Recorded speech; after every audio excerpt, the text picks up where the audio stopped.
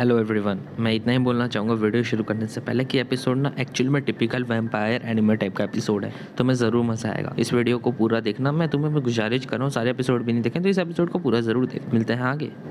इस पार्ट की स्टार्टिंग वहाँ से होती है जहाँ से पिछला पार्ट खत्म हुआ था। दुआशक्सन बोलती है कुछ तो गलत है। फिर वो अपने पॉकेट को चेक करती है तो हमारे रॉय का बैज उसकी पॉकेट में नहीं होता। अपनी बहन को परेशान देखकर शाओलिंग पूछते बहन कुछ गलत है क्या, जिसपे हमें दुआशक्सन कहती है कुछ भी गलत नहीं है, बस वो अपने भाई शाओलिंग के लिए कुछ चॉकलेट्स लेके आना चाहती थी बट उसने अपने सारे पैसे रास्ते में घुमा दिए। जिसपे शाओलिंग कहता है बहन आज भी तुम काफी ज्यादा क्लमजी हो, बिल्कुल भी नहीं बदली। जिसपे दुआशक्सन कहती है मैंने उसको इसलिए घुमा दिया क्योंकि मैं बहुत ही ज्यादा जल्दी में आ गई, क्योंकि मैं तुम्हें देखना चाहती थी। फिर मैं दुआशक्सन शाओलिंग को बोलती है कि वो अब यहाँ से निकल रही है और शाओलिंग अपना ख्याल रखे। जिसपे शाओलिंग कहता है बहन आप भी सड़क अच्छे से क्रॉस करना और बहुत केयरफुल रहना सड़क पे। जिसके बाद अब हम यहाँ पर देखते हैं दुआशक्सन लालटेन पकड़ के जा रही होती है और वो मन में ये सोच रही होती है कि उसने यहाँ पर ही बैज को घुमाया होगा। फिर वो अपने मन में सोचती है बैज तो घूम गया, किंतु वो डॉक्टर की फ़ोन कॉल आई क्या थी, आखिर वो किसने की थी, क्या कुछ मुझे कोई यहाँ पर लाना चाहता था, पर ऐसा हो नहीं सकता, मुझसे किसी की दुश्मनी नहीं है, मतलब कि कोई रॉय का बैज चुराना चाहता था। फिर दुआशक्सन कहती है कि अगर मैं सब सही सोच रही हूँ तो मतलब सीनियर भी इस सब में इन्वॉल्व थे।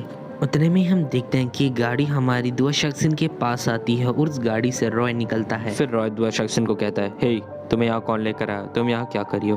तो दुआशक्सन अपने मन में सोचती है क्या वो क्या करे।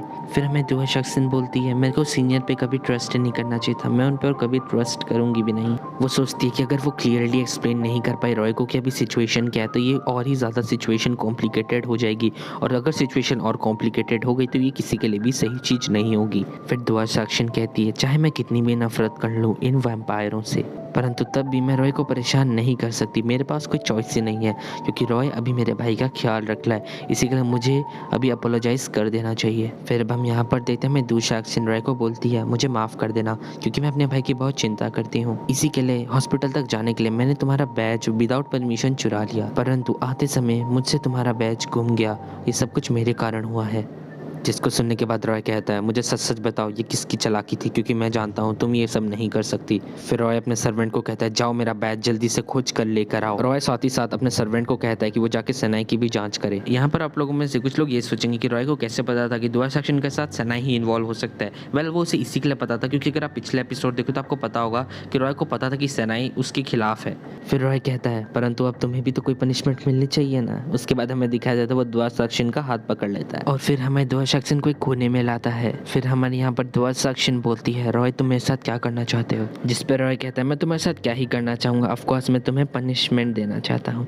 जिसके बाद हमें दिखाया जाता है कि वो हमें दुआशक्सन का ब्लड यहाँ पर सक करने लग जाता है। यहाँ पर मैं दुआशक्सन को काफ़ी ज़्यादा पेन हो रहा होता है क्योंकि हमारा रॉय यहाँ पर बहुत ही रूथलेसली उसका ब्लड सक कर रहा होता है, परंतु रॉय का तो यहाँ पर भी मन नहीं भरता तो वो और ज़्यादा उसका ब्लड सक करने लग जाता है। जिस पर मैं दुआशक्सन कहती है प्लीज़ प्लीज़ अब जाने दो, अब जाने दो मुझे। परंतु क्योंकि आज रॉय बहुत गुस्से में था इसलिए तो वो दुआशक्सन के गले में ब्लड सक करने के बाद उसके हाथ का भी ब्लड सक करता है। जिस पे दुआशक्सन कहती है प्लीज मैं तुमसे भीख मांगती हूँ, मुझे जाने दो, मुझे बहुत दर्द हो रहा है। जिस पे रॉय कहता है मुझसे भीख मांग रही हो, मुझे मास्टर कहो, मैं शायद तब तुम पे थोड़ी दया दिखाऊं और ज़्यादा जेंटली तुम्हारे ब्लड सक करूं, मास्टर बोलो। जिस पे दुआशक्सन बोलती है नहीं नहीं मैं तुमसे भीख मांग रही हूँ, प्लीज़ प्लीज़ मुझे जान दो अब। जिस पर रॉय कहता है सच में तुम एक ऐसी औरत हो जो कि जानती भी नहीं है कि उसके लिए क्या चीज़ सही है। फिर अब हमें यहाँ पर दिखाया जाता है कि हमारे दुआशक्सन सोचते हैं कि जब से वो रॉय से मिली है तब से उसकी ज़िंदगी झंड हो गई है। उसे समझ नहीं आ रहा है कि उसे इतना दर्द क्यों हो रहा है, वो जो दर्द उसे मिल रहा है वो भी अनक्लियर रीज़न से मिल रहा है। रॉय ने सिर्फ उसे एक प्यादा बना के रख दिया है जो कि उसके लिए अब काम कर रही है। वो कहती है सच में मैं उससे पे खिलौना बन के रह गई हूँ इस रॉय का। मुझे समझ नहीं आ रहा कि मेरे साथ ही हरदम ऐसा क्यों होता है, सब लोग मेरे साथ हरदम अनक्लियर रीजंस के लिए ये सब चीज़ें क्यों करते हैं।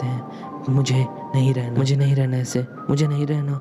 फिर हमें दिखा जाता है कि दुआशक्सन हमें रॉय को धक्का देती है। फिर दुआशक्सन रॉय को कहती है कि रॉय मैं तो तुम्हारी जस्ट एक ब्लड सर्वेंट हूँ, आज नहीं तो कल तुम मुझसे परेशान हो ही जाओगे और मुझे अबैंडन कर दोगे, परंतु ऐसा कुछ हो उससे पहले मैं तुम्हारे लिए एक चीज़ करना चाहती हूँ, मैं तुम्हारा बैज खोजना चाहती हूँ क्योंकि आखिर में वो सब मेरी ही गलती थी, मैंने ये सब किया और मैं नहीं चाहती कि मैं तुम्हारी रेडी बन के रहूँ, यानी कि तुमसे कुछ चीज़ उधार मैं लेकर रहूँ। फिर हमें दिखाया जाता है मैं दुआशक्सन बेहोश हो जाती है, हमारा रॉय उसे गले लगाता है और कहता है मैं तुमसे सिर्फ इतना चाहता हूँ कि जब तुम गलत होती हो तुम अपनी गलती मान लिया करो, प्लीज़ मान लिया करो। और यहाँ पर जो हमारा रॉय है वो हमें दुआशक्सन को और टाइटली हक कर लेता है। यह एपिसोड भी इस मोमेंट पर ख़त्म हो जाता है।